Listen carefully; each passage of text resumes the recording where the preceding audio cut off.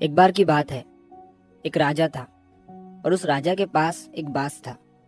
राजा उस बाज से बहुत प्यार करता था, लेकिन राजा का वो बाज उड़ता ही नहीं था। राजा उसे जब भी अपने महल से उड़ाने की कोशिश करता तो वो बाज एक पेड़ पर जाकर बैठ जाता और वहां कुछ देर बैठकर वो बाज फिर से राजा के पास वापस आ जाता। और हर बार ऐसा ही होता। वो बाज हमेशा उस पेड़ पर जाकर बैठ जाता और वहां से उड़ने का नाम ही नहीं लेता। अब राजा उस बाज को हवा में उड़ता हुआ देखना चाहता था, तो उसने गांव वालों से कहा कि जो भी मेरे इस बाज को उड़ना सिखाएगा उसे मैं बहुत ही कीमती इनाम दूंगा। तो एक फकीर राजा के दरबार में आता है।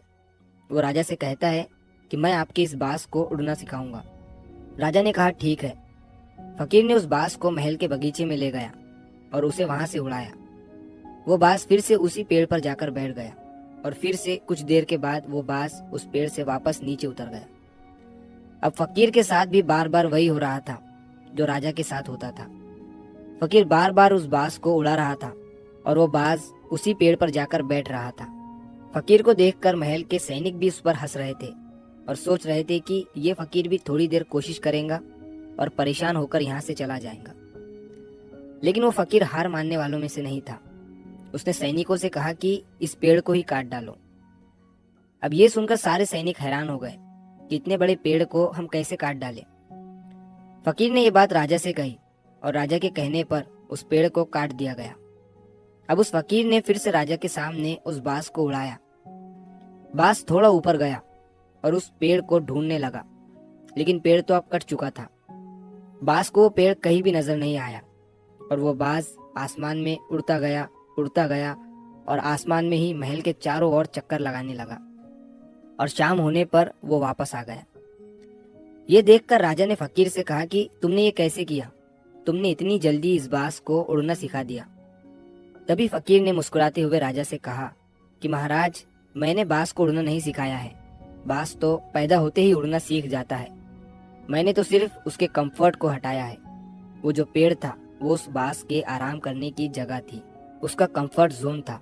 और जैसे ही पेड़ हटा तो उसने आसमान को ही अपना कंफर्ट बना लिया, दूसरे बाजों की तरह। और अब आप जब भी इस बाज को उड़ाएंगे ये आसमान में ही उड़ेगा। सेम ऐसा ही हमारे साथ भी होता है।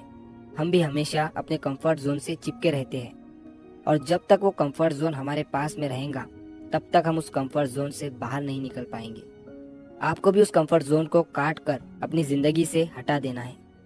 याद रखिए, आप अपनी जिंदगी से कंफर्ट जोन को निकाल नहीं सकते हैं, आप सिर्फ अपना कंफर्ट जोन बदल सकते हैं। जैसे इस कहानी में पेड़ कटने के बाद उस बाज ने अपना कंफर्ट जोन आसमान को ही बना लिया था, उसी तरह अगर आप पढ़ाई नहीं कर पाते हैं तो जरूर कोई ना कोई ऐसी चीज है जिसने आपको रोक कर रखा है। वो आपका मोबाइल हो सकता है, वो आपके दोस्त हो सकते हैं।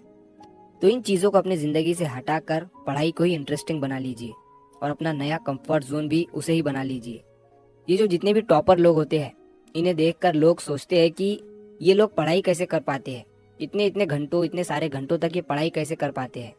तो इसका सिर्फ एक ही कारण है, उन लोगों ने पढ़ाई को ही अपना कंफर्ट जोन बना लिया है। अगर आपने भी अपना कंफर्ट जोन पढ़ाई को बना लिया तो आपको भी पढ़ने में मजा आने लगेगा। आप अपने रुकावट वाले कंफर्ट जोन को छोड़कर अपने सफलता वाले कंफर्ट जोन में चले जाओगे। और अगर कहानी अच्छी लगी हो तो हमारे चैनल को सब्सक्राइब जरूर करिए। मिलता हूँ मैं अगली बार इसी तरह की कहानी के साथ। तो सब्र करो, शुक्र करो और जिंदगी में आगे बढ़ो।